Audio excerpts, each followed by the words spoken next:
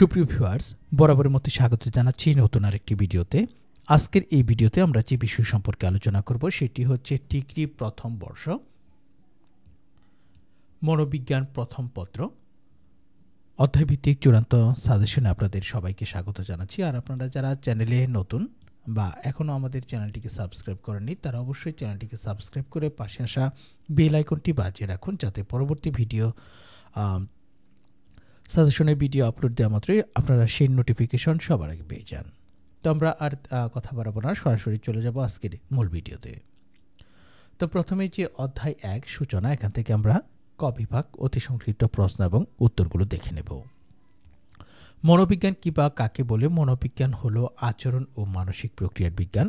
মনোবিজ্ঞানের প্রথম কে এবং কখন আচরণের বিজ্ঞান হিসেবে সংজ্ঞায়িত করেন জে.বি. ওয়াটসন 1913 সালে।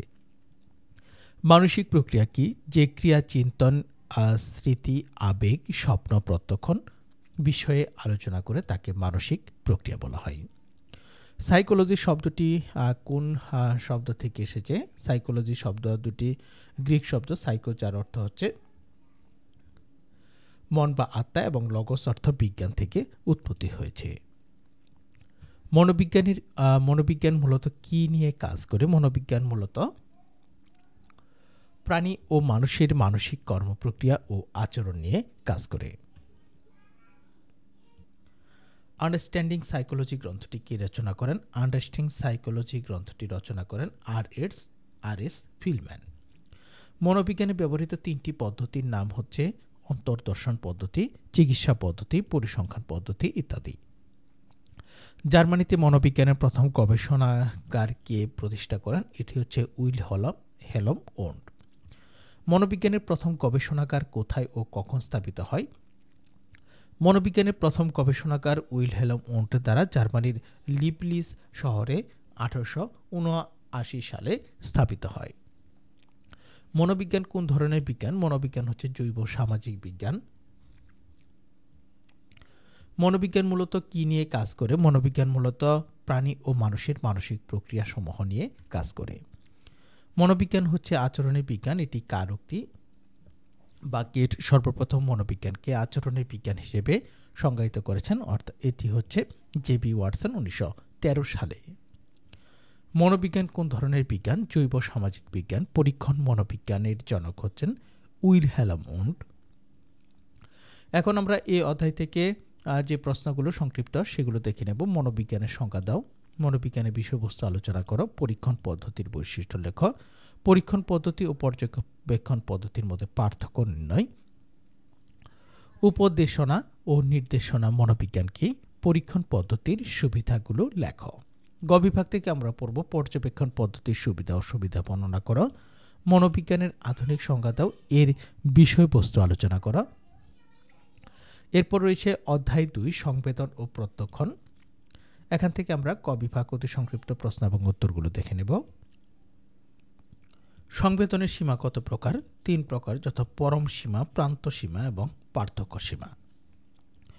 প্রত্যক্ষণ কি? প্রত্যক্ষণ হলো সংবেদন ও প্রক্রিয়ায় এই দুইয়ের মধ্যবর্তী একটি মানসিক অবস্থা। সংবেদন যখন ব্যাখ্যা করা হয় তখন তা হয়ে ওঠে প্রত্যক্ষণ।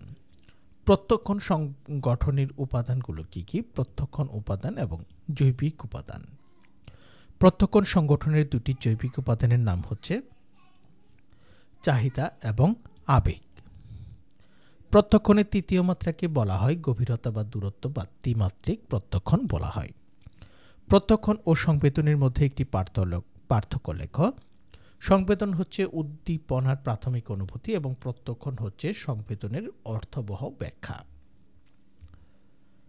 বাস্তব উদ্দীপককে ভ্রান্তভাবে প্রত্যক্ষণ করাকে কি বলা হয়? বাস্তব উদ্দীপককে ভ্রান্তভাবে প্রত্যক্ষণ করাকে অধ্যাস বা ভ্রান্ত প্রত্যক্ষণ বলা হয়। প্রত্যক্ষণের ভুল ব্যাখ্যাকে বলা হয় অধ্যাস বা ভ্রান্ত প্রত্যক্ষণ। সংবেদন কি? বহির্জগতে উদ্দীপক ইন্দ্রিয়কে আঘাত করলে যে উদ্দীপনার সৃষ্টি হয় তা মস্তিষ্কে বাহিত হলে যে সহজ চেতনার উদ্ভব হয় তাকে সংবেদন বলা হয়। মুলার লায়ার অধ্যাস কোন ধরনের অধ্যাস? এটি হচ্ছে মুলার লায়ার অধ্যাস হচ্ছে জ্যামিতিক অধ্যাস। জ্যামিতিক অধ্যাসের একটি উদাহরণ হচ্ছে মুলার লায়ার অধ্যাস। উদ্দীপক কি? দৈনন্দিন জীবনে পরিবেশের যে অবস্থা বা ঘটনাটি আমাদের মধ্যে অনুভূতি বা উদ্দীপনা সৃষ্টি করে তাকে উদ্দীপক বলে। প্রত্যক্ষণের সুবিন্যস্তকরণের উপাদান কয়টি? 6টি। গভীরতা প্রত্যক্ষণের দ্বিচক্ষুমূলক সংকেতগুলো হচ্ছে কেন্দ্রভিসান, অক্ষিপটমূলক বৈষম্য। গভীরতা প্রত্যক্ষণের একচক্ষুমূলক সংকেতগুলো হচ্ছে অকলিজন এবং কন্ট্রাক্ট ডিফারেন্সেস। প্রত্যক্ষণের পূর্ব শর্ত হচ্ছে উদ্দীপক উপাদান এবং জৈবিক উপাদান। এলোমেলো উদ্দীপককে সংঘবদ্ধ রূপে প্রত্যক্ষণ করার প্রক্রিয়াকে কি বলে? এলোমেলো উদ্দীপকে সংঘবদ্ধ রূপে প্রত্যক্ষণ করার প্রক্রিয়াকে প্রত্যক্ষণের সুবিন্যস্তকরণ বলা হয়। এরপর আমরা খ বিভাগ সংক্ষিপ্ত প্রশ্ন যেগুলো রয়েছে সেগুলো দেখে নেব। আপনাদের জন্য এখানে একটু বেশি প্রশ্ন রেখেছি। তো এই প্রশ্নগুলোর মধ্যে আপনারা 2টি প্রশ্ন কিন্তু কমন পাবেন যদি ভাগ্য ভালো থাকে, আর অবশ্যই কিন্তু একটি প্রশ্ন কমন থাকবেই, এবং ভাগ্য ভালো থাকলে আপনাদের এখান থেকেই 2টি প্রশ্ন কমন থাকবে। তো আসুন এগুলো একটু দেখে নেই। প্রতীক পটভূমি প্রত্যক্ষণ ব্যাখ্যা করো। সংবেদন কাকে বলে? সংবেদনের 5টি বৈশিষ্ট্য বর্ণনা করো। গভীরতা প্রত্যক্ষণ ব্যাখ্যা করো। প্রত্যক্ষণের নির্বাচনমুখিতা কি? প্রত্যক্ষণের নির্বাচনমুখিতা, এখানে মূলত 2টি প্রশ্ন একই হবে। প্রত্যক্ষণের ধ্রুবকতা বলতে কি বোঝায়? প্রত্যক্ষণ সংগঠনের বস্তুনিষ্ঠ শর্তাবলী কি? অধ্যাস ও অলিক প্রত্যক্ষণের মধ্যে পার্থক্য লেখ। গ বিভাগ আমাদের 2টি প্রশ্ন। প্রত্যক্ষণের সংজ্ঞা দাও। ভ্রান্ত প্রত্যক্ষণ ও অলিক বীক্ষণের মধ্যে পার্থক্য আলোচনা এবং গভীরতা প্রত্যক্ষণে একচক্ষুমূলক সংকেতগুলোর বর্ণনা করো। এরপর রয়েছে অধ্যায় 3 শিক্ষণ। এখান থেকে আমরা শিক্ষণ কি, অভিজ্ঞতা ও অনুশীলনের ফলে আচরণের যে অপেক্ষাকৃত স্থায়ী পরিবর্তন হয় তাকে শিক্ষণ বলে। শিক্ষণের 4টি উপাদানের নাম হচ্ছে সংযোগ বা অনুষঙ্গ, বলবৃদ্ধি, নৈকট্য, প্রেষণা, পুনরাবৃত্তি ইত্যাদি। শিক্ষণ বিয়োগ বিস্তৃতি সমান সমান স্মৃতি। প্যাভলভের পরীক্ষণে উদ্দীপক কোনটি? এটি হচ্ছে মাংসের গুঁড়া ও ঘণ্টা। প্যাভলভের পরীক্ষণে অসাপেক্ষ উদ্দীপক কোনটি? এটি হচ্ছে মাংসের টুকরা। চিরায়ত সাপেক্ষীকরণের প্রবক্তা হচ্ছেন আইভন প্যাভলভ। সহায়ক শিক্ষণে বলবর্ধক কখন আসে? বলবর্ধকরণ শক্তিশালীকরণ বলা যায় এটি এমন একটি শক্তি যা শিক্ষণের অনুশীলনের সাথে যুক্ত হয়ে দ্রুত শিক্ষণ ঘটাতে সাহায্য করে। থর্নডাইক এর শিক্ষণ প্রক্রিয়ার নাম হচ্ছে প্রচেষ্টা ও ভুল শিক্ষণ। সুপ্ত শিক্ষণ কি? সুপ্ত শিক্ষণ হচ্ছে এমন একটি শিক্ষণ প্রক্রিয়া যাতে প্রাণী একটি নতুন শিক্ষণ আয়ত্ত করে। প্যাভলভ কে ছিলেন? বিখ্যাত রাশিয়ান শরীরতত্ত্ব এর চিরায়ত সাপেক্ষণ তত্ত্ব প্রণেতা। প্যাভলভের পরীক্ষণের সাপেক্ষ উদ্দীপক কোনটি? এটি হচ্ছে ঘণ্টা বিধান। চিরায়ত সাপেক্ষীকরণের প্রবক্তা কে? আইভন প্যাভলভ। এখান থেকে আমরা খ বিভাগ 3টি প্রশ্ন পড়ব। শিক্ষণ বলতে কি বোঝো? সুপ্ত শিক্ষণ ব্যাখ্যা করো। অবলুপ্তি কি ব্যাখ্যা করো। শিক্ষণের উপাদানগুলো সংক্ষেপে বর্ণনা করো। গ বিভাগ থেকে আমরা পড়ব সহায়ক শিক্ষণ ও চিরায়ত সাপেক্ষীকরণের সাদৃশ্য বৈসাদৃশ্য লেখ। স্কিনারের পরীক্ষণ উল্লেখ পূর্বক সহায়ক শিক্ষণ ব্যাখ্যা করো। শিক্ষণে বলবৃদ্ধির অনুসূচি সমূহ আলোচনা করো এবং উদাহরণ সহ অন্তর্দৃষ্টিমূলক শিক্ষণ আলোচনা করো। অধ্যায় 4 স্মৃতি ও বিস্মৃতি। এখান থেকে আমরা পড়ব স্মৃতি কি? স্মৃতি হচ্ছে পূর্ব অভিজ্ঞতা বা শিক্ষণের সংরক্ষণ ও পুনরুৎপাদন। অস্থায়ী স্মৃতির স্থায়িত্বকাল কত? 20 সেকেন্ড। বিস্মৃতি কি? কোনো অভিজ্ঞতা বা শিক্ষালব্ধ আচরণ পুনরুদ্রেক করতে না পারাকে বলা হয় বিস্মৃতি। শিক্ষণ বিয়োগ স্মৃতি সমান সমান বিস্মৃতি। বিস্মৃতির অবদমন তত্ত্ব কে প্রবর্তন করেন? Sigmund Freud. বিস্মৃতির 2টি কারণ লেখ। একটি হচ্ছে অনুষঙ্গের অভাব, অপরটি হচ্ছে মনোযোগের অভাব ইত্যাদি। স্বল্পস্থায়ী স্মৃতির তথ্য ধারণ ক্ষমতা কত? ক্ষমতা হচ্ছে 7, যেখানে যোগ বিয়োগ 7 যোগ বিয়োগ 2। বিস্মৃতির অবদমন তত্ত্বকে প্রবর্তন করেন ফ্রয়েড। বিস্মৃতি কোন ধরনের মানসিক ক্রিয়া? চিন্তন নামক মানসিক ক্রিয়া। স্মৃতি কত প্রকার কি কি? সংবেদী স্মৃতি, ক্ষণস্থায়ী বা অল্পস্থায়ী স্মৃতি এবং দীর্ঘস্থায়ী স্মৃতি। এখান থেকে আমরা 3টি প্রশ্ন, স্মৃতি ও বিস্মৃতি কাকে বলে, স্মৃতির প্রকারভেদ সংক্ষেপে আলোচনা করা এবং স্বল্পস্থায়ী স্মৃতি এবং দীর্ঘস্থায়ী স্মৃতির মধ্যে পার্থক্য কি কি। গ বিভাগ থেকে আমরা পড়ব আবেগকালীন শারীরিক পরিবর্তন সমূহ বর্ণনা করা এবং স্মৃতি পরিমাপের পদ্ধতিগুলো বর্ণনা করা। অধ্যায় 5 প্রেষণা। এখান থেকে আমরা পড়ব প্রেষণা কি। প্রেষণা হচ্ছে এমন একটি প্রচ্ছন্ন মনস্তাত্ত্বিক অবস্থা যা প্রাণী বা জীবকে কোনো নির্ধারিত লক্ষ্যে উপনীত করার জন্য উৎসাহিত ও প্ররোচিত করে থাকে। প্রেষণা চক্রের শেষ বা সর্বশেষ ধাপ কোনটি? সন্তুষ্টি অর্জন। প্রেষণার স্তরগুলোর নাম লেখ। প্রেষণার স্তরগুলোর নাম হচ্ছে অভাববোধ, তাড়না, করণ, আচরণ, উদ্দেশ্য বা লক্ষ্যবস্তু লাভ। প্রাণীদের দলবদ্ধ হয়ে থাকার ইচ্ছাকে কি বলা হয়? প্রাণীদের দলবদ্ধ হয়ে থাকার ইচ্ছাকে জৈবিক প্রেষণা বলে। কয়েকটি জৈবিক প্রেষণার নাম লেখ। ক্ষুধা, তৃষ্ণা, নিদ্রা, কাম, মাতৃত্ব, বিশ্রাম ইত্যাদি। মাতৃত্ব কোন ধরনের প্রেষণা? জৈবিক প্রেষণা। কোন ধরনের প্রেষণা শিক্ষণ ছাড়া উৎপন্ন হয়? এটি হচ্ছে জৈবিক প্রেষণা। প্রেষণা চক্রের প্রথম ধাপ হচ্ছে অভাববোধ। সংবেদন সীমা কত প্রকার? 2 প্রকার। সামাজিক প্রেষণার 2টি উদাহরণ দাও। নিরাপত্তা ও খ্যাতি। মাতৃত্ব কোন ধরনের প্রেষণা? মাতৃত্ব হচ্ছে জৈবিক প্রেষণা।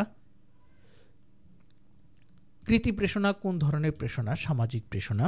তৃষ্ণা কোন ধরনের প্রেষণা? তৃষ্ণা হচ্ছে জৈবিক প্রেষণা। এখান থেকে আমরা কৃতি প্রেষণা বলতে কি বোঝায়, প্রেষণা কি, প্রেষণা চক্র বর্ণনা করা, জৈবিক প্রেষিত আচরণের বৈশিষ্ট্য, জৈবিক প্রেষণা ও সামাজিক প্রেষণার মধ্যে পার্থক্য দেখাও এবং যুথচারিত বলতে কি বোঝায়।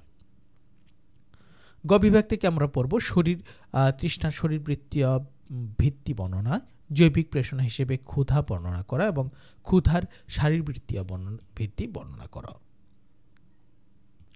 এরপর রয়েছে আমাদের অধ্যায় 6 ব্যক্তিত্ব। ব্যক্তিত্ব কি? সামাজিক পরিবেশে সামঞ্জস্য স্থাপনকারী আচরণসমূহের সমন্বয়কেই ব্যক্তিত্ব বলে। একটি প্রক্ষেপণমূলক অভিক্ষার নাম লেখ। একটি প্রক্ষেপণমূলক অভিক্ষার নাম হচ্ছে রুশাক-কালির ছাপ অভিক্ষা। মনোসমীক্ষণ তত্ত্বের প্রতিষ্ঠাতা হচ্ছে সিগমন্ড ফ্রয়েড। WAIS এর পূর্ণ অর্থ হচ্ছে Whistler adult intelligence scale. TAT এর পূর্ণ অর্থ হচ্ছে থিমেটিক অ্যাপারসিয়েশন টেস্ট। 2টি অপ্রক্ষেপণমূলক অভিক্ষার নাম হচ্ছে ব্যক্তিক প্রশ্নমালা এবং সাক্ষাৎকার অভিক্ষা। ব্যক্তি পরিমাপের 2টি প্রক্ষেপণের নাম হচ্ছে রুশাক-কালির ছাপ অভিক্ষা এবং কাহিনী সংপ্রত্যক্ষণ অভিক্ষা। যে কোনো একটি দলগত বুদ্ধি অভিক্ষার নাম হচ্ছে আর্মি আলফা টেস্ট। বুদ্ধাঙ্ক বা IQ শব্দটির প্রবর্তক লুইস টারম্যান। মানসিক বয়সের ধারণাটি কে প্রদান করেছেন? ফরাসি মনোবিজ্ঞানী আলফ্রেড বিনেট।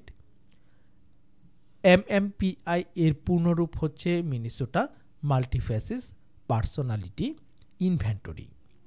রেটিং স্কেল কি?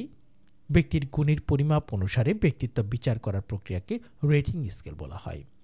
পার্সোনা শব্দের অর্থ হচ্ছে ব্যক্তি। 2টি অপ্রক্ষেপণমূলক অভিক্ষার নাম হচ্ছে ব্যক্তিত্ব এবং প্রশ্নমালা ও সাক্ষাৎকার অভিক্ষা।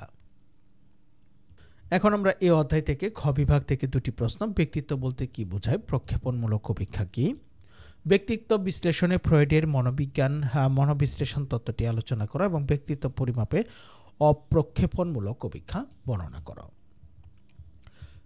অধ্যায় 7 বুদ্ধি থেকে আমরা বুদ্ধাঙ্ক বলতে কি বোঝাও? বুদ্ধাঙ্ক হচ্ছে বুদ্ধি পরিমাপের একটি সূত্র।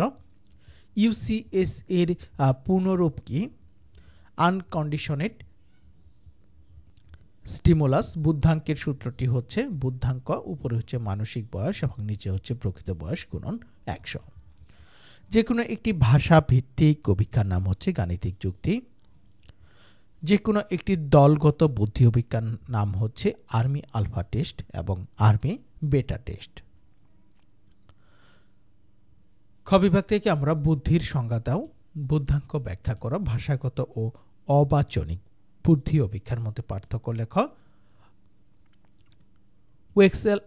ওয়েক্সলার বুদ্ধি অভিক্ষা বর্ণনা করো, বুদ্ধির স্বরূপ বর্ণনা করো, ভাষাভিত্তিক বুদ্ধি অভিক্ষা এবং কার্য সম্পাদন ভিত্তিক বুদ্ধি অভিক্ষার মধ্যে পার্থক্যসমূহ আলোচনা করো।